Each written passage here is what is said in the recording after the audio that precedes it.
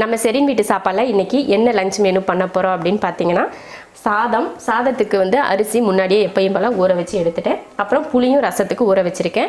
இந்த ரசம் வந்து நம்ம தக்காளியே இல்லாமல் வெறும் புளி மட்டும் போட்டு ரசம் பண்ண போகிறோம். அதுக்கு புளி ஊற வச்சுருக்கேன். அப்புறம் குழம்பு பார்த்திங்கன்னா காளான் குழம்பு பண்ண போகிறேன். இந்த காளான் இது போல் நான் இப்போ பண்ண போகிற மாதிரி காளான் குழம்பு பார்த்திங்கன்னா நான்வெஜ் குழம்பு சாப்பிட்டா மாதிரியே இருக்கும். அது மாதிரி ஒரு குழம்பு தான் இன்றைக்கி நான் பண்ண போகிறேன். அதுக்கு காளான்லாம் க்ளீன் பண்ணி எடுத்து வச்சுட்டேன். அதே போல் வெங்காயம்லாம் கட் பண்ணி வச்சுருக்கேன். ஃபஸ்ட்டு காளான் குழம்பு பண்ணுறதுக்கு மசால் வறுத்துக்கலாம். மல்லி சேர்த்துக்கிறேன். இதில் 2 ஸ்பூன் மல்லி, 1/4 ஸ்பூன் ஜீரகம், 1/4 ஸ்பூன் சோம்பு, 1/2 ஸ்பூன் மிளகு, 1 கிராம்பு, 1 ஏலக்காய், ஒரு சின்ன துண்டு பட்டை, ஒரு 5 வரமிளகாய். இப்போ ஸ்டவ் ஆன் பண்ணிவிட்டு வறுத்துக்கலாம். இப்போ இதை வறுத்து எடுத்துடலாம். மிளகாய் வந்து உங்கள் காரத்துக்கு எந்த அளவுக்கு தேவையோ அந்த அளவுக்கு மிளகாய் சேர்த்துக்கோங்க. நான் வந்து இப்போது 2 பாக்கெட் காளானுக்கு தகுந்த மாதிரி மசாலா ரெடி பண்ணியிருக்கேன். ஒரு 4 பேர்லேருந்து 5 பேர் வரைக்கும் இந்த குழம்பு சாப்பிட்லாம். அந்த அளவுக்கு தான் இப்போ நான் ரெடி பண்ணிகிட்ருக்கேன். இப்போ இதை வறுத்தாச்சு, ஒரு தட்டுக்கு மாற்றிடலாம்.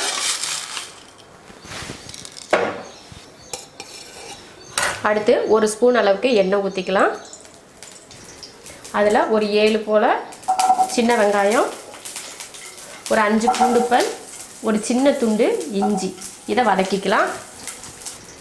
அதில் ஒரு 7 போல் சின்ன வெங்காயம், ஒரு 5 பூண்டு பல், ஒரு சின்ன துண்டு இஞ்சி, இதை வதக்கிக்கலாம்.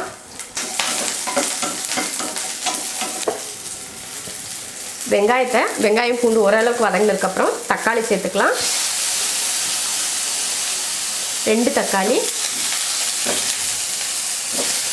இதையும் நல்லா வதக்கிடலாம்.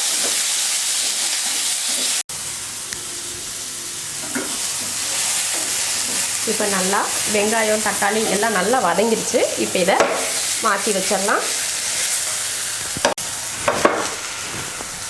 வறுத்த மசால் அப்புறம் வெங்காயம் தக்காளி எல்லாம் வதக்கணும் இல்லையா, இதெல்லாம் ஆற வச்சுட்டு அரைச்சி எடுத்துக்கலாம். வறுத்த மசாலாலாம் ஆற வச்சுருக்கேன். அதுக்குள்ளேயும் நம்ம வந்து அதை ஆறுறதுக்குள்ளே இந்த இதெல்லாம் வெட்டி எடுத்துக்கலாம்.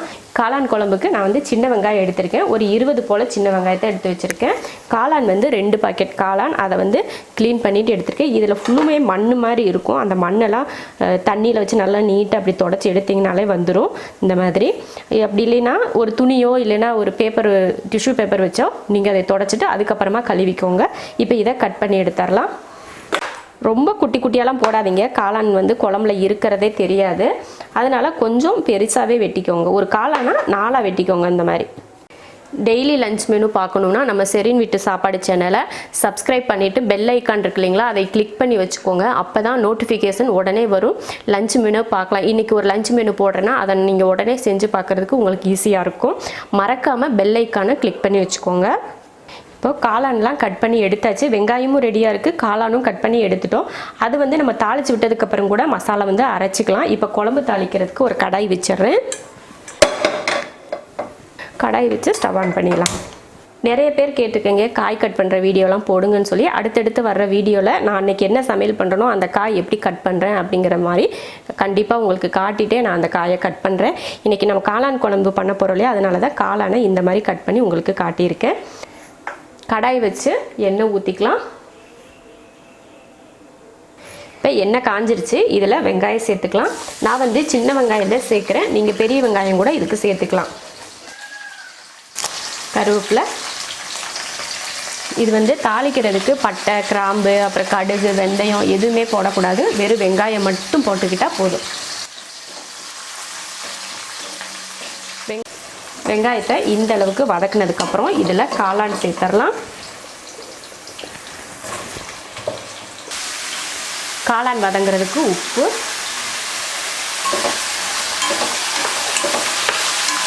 உப்பு போட்டு கலந்து விட்டாச்சு. இந்த காளானில் தண்ணி விட்டு வேகும். அந்த தண்ணியெல்லாம் வற்றி வரட்டும். அதுக்கப்புறமா நம்ம மசாலா அரைச்சி சேர்த்துக்கலாம். அதுக்குள்ளேயே நம்ம மசாலா அரைச்சிடலாம்.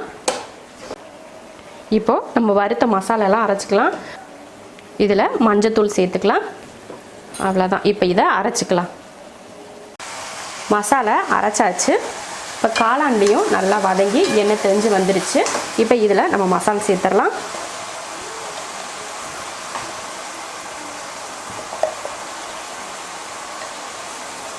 இதில் தேங்காயெல்லாம் சேர்க்க வேணாம், தேங்காய் இல்லாமலே செய்யுங்க, ரொம்ப நல்லாயிருக்கும். உங்களுக்கு இதில் தேங்காய் போடணும்னு நினச்சிங்கன்னா சும்மா லைட்டாக ஒரு துண்டு தேங்காய் எடுத்து சேர்த்துக்கோங்க.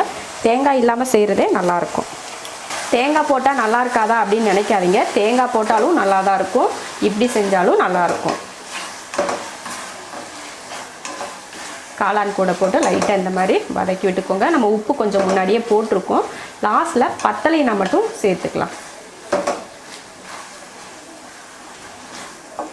வதக்கியாச்சு, இப்போ தண்ணி சேர்த்துடலாம்.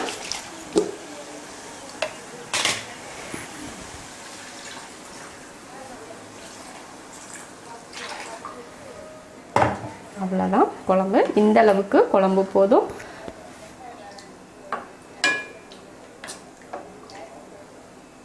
கலந்து விட்டதுக்கப்புறம் உப்பு பத்தலைனா மட்டும் உப்பு சேர்த்துக்கோங்க, இல்லை முதல்ல போட்ட உப்பே சரியாக இருக்குது அப்படின்னா உப்பு சேர்க்க வேண்டாம். அவ்வளோதான், கலந்தாச்சு. கொஞ்சம் உப்பு பத்தலை, உப்பு சேர்த்துக்கலாம். அவ்வளோதான், உப்பு போட்டாச்சு. இப்போ மூடி வச்சிடலாம், குழம்பு வேகட்டும். காளான் வந்து வேகிறதுக்கு ரொம்ப நேரம்லாம் ஆகாது, அந்த மசால் போட்டிருக்கோம் இல்லையா, அந்த மசால் வடை போகிறதுக்காக தான் ஒரு 4லேருந்து ஒரு 5 நிமிஷத்துக்கு வேக வைக்க போகிறோம். அது வெந்து எண்ணெய் தெளிஞ்சு வரும், அப்போ நம்ம குழம்ப வந்து ஆஃப் பண்ணிக்கலாம். இப்போ குழம்பு வேகட்டும், அதுக்குள்ளே சாப்பாடு வச்சிடலாம். எப்பவும் போல தான் சாப்பாடு, அரிசி வந்து அப்பயே முன்னாடியே நான் ஊற வச்சு எடுத்துட்டேன். அதுக்கு இப்போ தண்ணி சேர்த்துருவோம். சாப்பாட்டுக்கு தேவையான உப்பு, சாப்பாடு வச்சு விசில் போட்டாச்சு. இது வந்து ஒரு 3 விசில் விட்டு ஆஃப் பண்ணிக்கலாம். அதுங்கூடயே இது ரெண்டுமே வேகிறதுக்குள்ளே நம்ம ரசத்துக்கு என்னென்ன தேவை அப்படின்றத பார்த்து அரைச்சிக்கலாம். நம்ம வந்து கொஞ்சம் தான் ரசம் பண்ண போகிறோம், ஒரு நேரத்துக்கு தகுந்தா போல். ஒரு 1/4 ஸ்பூனுக்கும் கம்மியாக ஜீரகம், 1/4 ஸ்பூன் மிளகு, ஒரு 4 பூண்டு பல். இப்போ இதை பவுட்ரு பண்ணிடலாம். ரசத்துக்கு அரைச்சாச்சு. ரசத்துக்கு அரைச்சதில் கொஞ்சம் மஞ்சத்தூள், கொஞ்சம் பெருங்காயத்தூள். ரசத்துக்கு அரைச்சி பெருங்காயத்தூள் மஞ்சத்தூள்லாம் போட்டாச்சு. இப்போ இதில் ஒரு சின்ன நெல்லிக்காய் அளவுக்கு புளி எடுத்து ஊற வச்சுருந்தேன், அதை இப்போ கரைச்சி எடுத்துக்கலாம். புளிப்பு வந்து உங்கள் விருப்பத்தை பொறுத்து நீங்கள் எடுத்துக்கலாம். நான் இதில் தக்காளி எதுவுமே சேர்க்காம தான் இந்த ரசம் பண்ண போகிறேன். கொஞ்சம் ரசம் பண்ணிக்கிட்டால் போதும், நிறைய தேவையில்லை, ஒரு நேரத்துக்கு தானே, அதனால் கொஞ்சமாக தான் நான் ரசம் பண்ண போகிறேன். புளிப்பை பொறுத்து தண்ணி சேர்த்துக்கணும். எடுத்துகிட்டு அந்த சக்கையெல்லாம் எடுத்துடலாம். இப்போ ரசத்துக்கு தேவையான தண்ணி சேர்த்துக்கலாம். நீங்கள் போட்ட புளியோட அளவு எந்த அளவுக்குன்னு பார்த்துட்டு, புளிப்பு இதில் எப்படி இருக்குன்னு பார்த்துட்டு தண்ணி சேர்த்துக்கோங்க. புளிப்பு கம்மியாக இருந்துச்சுன்னா அதுக்கு தகுந்த மாதிரி நீங்கள் தண்ணி சேர்த்துக்கணும். அளவுக்கு அதிகமாக தண்ணி சேர்த்துட்டிங்கன்னா ரசம் வந்து டேஸ்ட்டாக இருக்காது. இதில் நம்ம கரைக்கிறப்போ புளிப்பு கொஞ்சம் கடுமையாக இருந்தால் தான் நம்ம தாளித்து அதை லைட்டாக பொங்க விடுவோம் இல்லையா, அந்த டைமில் அந்த புளிப்பு வந்து குறைஞ்சிரும். அதனால் இதில் கொஞ்சம் தூக்கலாக இருந்தால் தான் நம்ம தாளிக்கிறப்போ ரசம் வந்து நல்லா டேஸ்ட் வரும், அந்த புளிப்பு அப்படியே கொஞ்சம் இருக்கும். ஒரு சிலர் இப்போ கமெண்ட்டில் வந்து ஒரு சிஸ்டர் சொல்லியிருக்காங்க, நான் என்ன தான் ரசம் வச்சாலும் நல்லாவே வரமாட்டேங்குது சிஸ்டர், தாளிக்கிறப்ப நல்லா புளிப்பாக இருக்கிற மாதிரி இருக்குது, அப்புறம் ரசம் எடுத்ததுக்கப்புறம் சப்புன்னு இருக்குது அப்படின்னு சொல்லியிருந்தாங்க. நம்ம எடுக்கிற மசாலோட அளவும் நம்ம கரைக்கிற புளியும் தக்காளியும் வந்து கரெக்டான அளவில் இருக்கணும். அப்படியே கரைச்சிட்டு நம்ம நீங்கள் புளியும் தக்காளியும் கரைக்கிறீங்களா, அப்போ வந்து நீங்கள் வந்து டேஸ்ட் பண்ணி பாருங்கள் அதையே. அப்போ பார்க்குறப்போ கொஞ்சம் வந்து புளிப்பும் இதுவும் அதிகமாக இருக்குது அப்படிங்கிற மாதிரி உங்களுக்கு தோணணும். அப்போ தான் ரசத்தில் வந்து நம்ம தண்ணியெல்லாம் கலந்து வேக வைக்கிறப்போ அந்த புளிப்பும் அந்த இது கரெக்டாக உங்களுக்கு வரும். அதனால் கொஞ்சம் இதில் புளி கரைக்கிறப்பயே கொஞ்சம் புளிப்பு கொஞ்சம் கூடுதலாக இருக்கிற மாதிரியே இருக்கணும். அப்போ தான் நம்ம தாளிக்கிறப்ப கரெக்டாக இருக்கும். அதுக்காக அளவுக்கு அதிகமாக புளிப்பு வந்துடக்கூடாது. நம்ம இப்போ லைட்டாக இப்போ சாப்பிட்றோம்னா ஐயோ புளிப்பு அப்படின்ற மாதிரி இருந்துச்சுன்னா தாளிக்கிறப்போ அந்த புளிப்பு வந்து நம்ம கரெக்டாகிடும். அந்த மாதிரி நீங்கள் ரசம் பண்ணுங்க, ரசம் சூப்பராக இருக்கும். அப்புறம் கேட்டிருந்தாங்க, ஒரு ரசத்தில் நீங்கள் வந்து கொதிக்க வைக்க சொல்கிறீங்க, ஒரு ரசத்தில் பொங்க விட்டால் போதும் அப்படின்னு சொன்னீங்களா? ஆமாம், ஒவ்வொரு ரசத்துலேயும் ஒவ்வொரு விதம் இருக்குங்க. நம்ம எல்லாத்தையும் மொத்தமாக அரைச்சிடறோம்னு வச்சுக்கோங்களேன், தக்காளி பூண்டு மிளகு எல்லாத்தையும் நல்லா பேஸ்ட் போல் அரைச்சி நம்ம ரசம் வைக்கிறோன்னா அந்த ரசத்தை வந்து கொதிக்க வச்சிட்டோம்னா சூப்பராக இருக்கும்.